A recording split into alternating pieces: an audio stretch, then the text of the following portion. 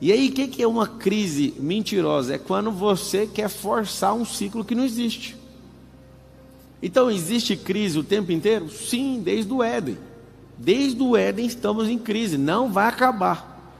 O último episódio da crise vai ser o Tribunal do Trono Branco, quando o Senhor Deus falar, passa todo mundo aqui no mar de fogo.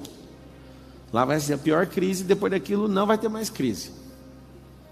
Aí você fala, e até lá, o que eu faço? Administre, crie e cancele crises que não fazem sentido. Tem crise que não faz sentido, principalmente a dos outros. Alguém da minha família, não vou falar quem, falou assim para mim, você fala que ama resolver problema, que você ama problema, mas os meus você não ama. Eu falei, porque isso aí quem tem que amar é você. Não sou eu, é alguém que eu tinha que realmente nem responder desse jeito, vocês já imaginam quem é. E eu falei, agora, eu já ia falar, se a Vossa Senhoria quisesse que eu resolvesse esse problema seu, você estava abrindo mão da sua própria vida, você que tem que resolver. Você quer ajuda? Quero, então faz isso e isso. Não, mas não é tão simples assim, então esquece o que eu falei, faz do jeito difícil. O que você tem que perceber? A gente vai estar sempre em crise, ou na crise dos outros, ou na nossa. Eu vou te falar, muito mais barato viver na sua própria crise. Muito mais barato.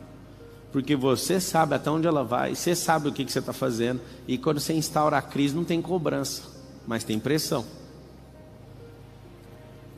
Eu estava agorinha treinando de kart, aí começou a chover.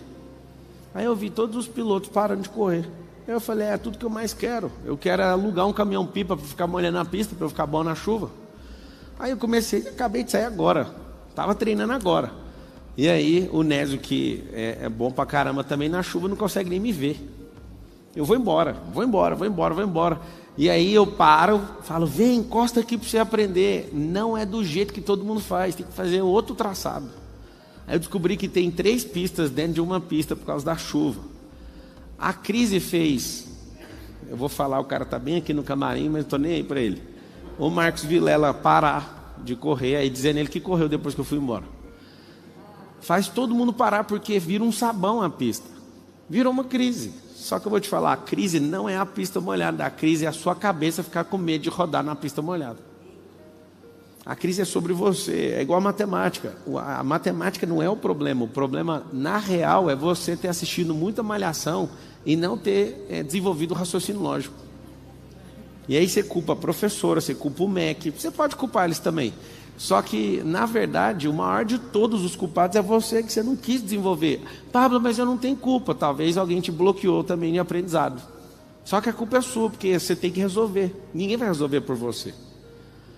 Pablo, você não sabe o que meus pais fizeram comigo. A culpa também é sua. Aí você fala, mas foi eles que fizeram. Pois é, mas você já é adulto, era para você já ter resolvido. Se fosse o Miguel reclamando do pai, tudo bem. Mas você já é adulto, você tinha que resolver isso aí. Então, quando eu vejo todo mundo desesperado, é onde eu me alegro. Que eu sei que todo mundo vai aumentar a tensão, vai ficar se cobrando, vai tirar o pé do acelerador, vai pisar demais no freio. E aí, essa pista molhada, ela me chama a atenção porque o Ayrton Senna, no cartódromo de São Paulo, ele tomou um baile e ficou em último lugar uma vez numa corrida. E aí depois ele ganhou um apelido de o Rei da Chuva. Por quê? O dia que ele perdeu, ele soube o que fazer com aquela energia. Ele falou para ele mesmo, nunca mais ninguém vai ganhar de mim na chuva.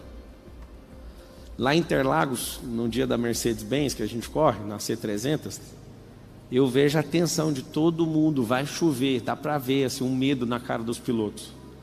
E eu dando risada, e eu nunca tinha corrido na chuva.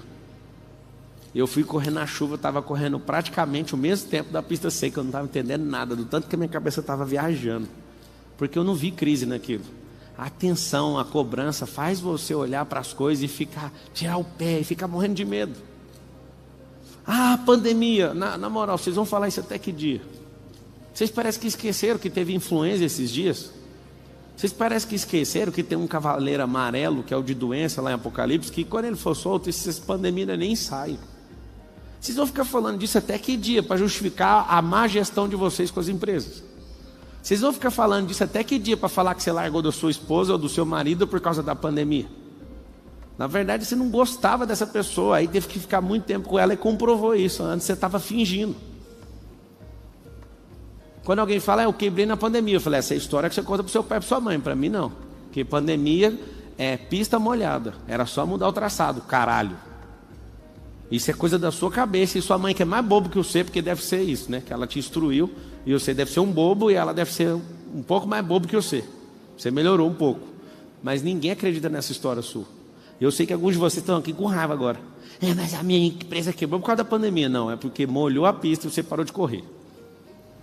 As pessoas não iam mais na sua empresa, você tinha que usar a internet para chamar a atenção delas. É só isso, era mudar o traçado. Então tem as 3 coisas que você vai notar nessa crise. Tem uma coisa que é absoluta. É pressão. Quem põe pressão em você? Eu tenho certeza que vários, talvez 99% de vocês. Existem pessoas que chegam perto, você gagueja. Eu também já fiz assim. Você fica bobo, você não consegue nem conversar. Hoje eu parei num lugar, aí alguém falou, eu sou o PLD. Aí eu falei, nossa, que massa. Aí você fez o MVP? Aí o cara não estava com nem de conversar comigo. Aí eu falei, amigo, você não fez o MVP. Você vai ficar nervoso é por causa disso, né? Aí não, é porque é você. Eu falei, você assistiu a aula de bater seu crânio e o meu no meio-fio, para você saber que nós somos igualzinho? Ele, não assistiu essa aula não. Eu falei, então você é PLD mesmo, certeza? Não fez o MVP e está nervoso da minha frente. Você sabe o que é isso? Você vai ficar nervoso na frente dos outros quando a pressão que você deveria ter exercido sobre você não for o suficiente.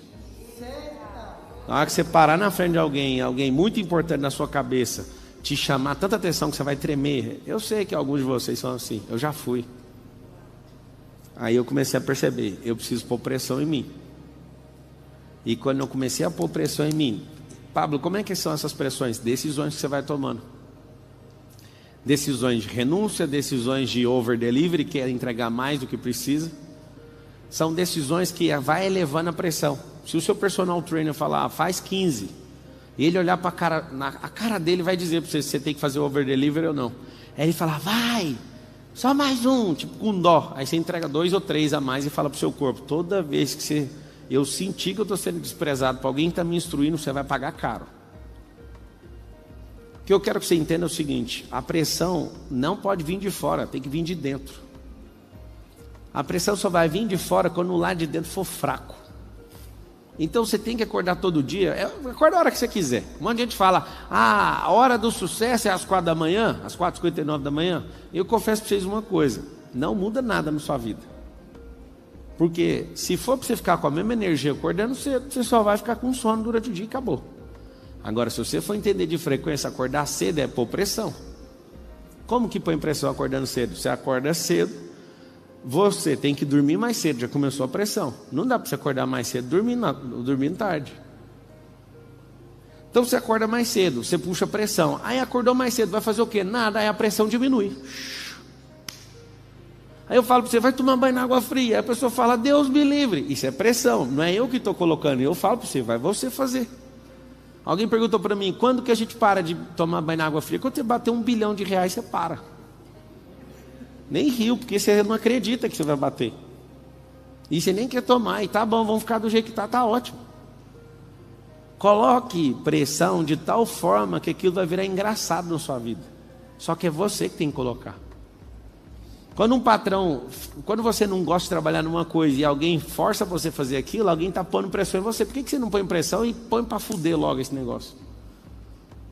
Você nasceu para fazer aquilo, você precisa aprender mais alguma coisa com aquilo? Não, é porque eu tenho que pagar minhas contas. Amigo, deixa eu te contar um segredo.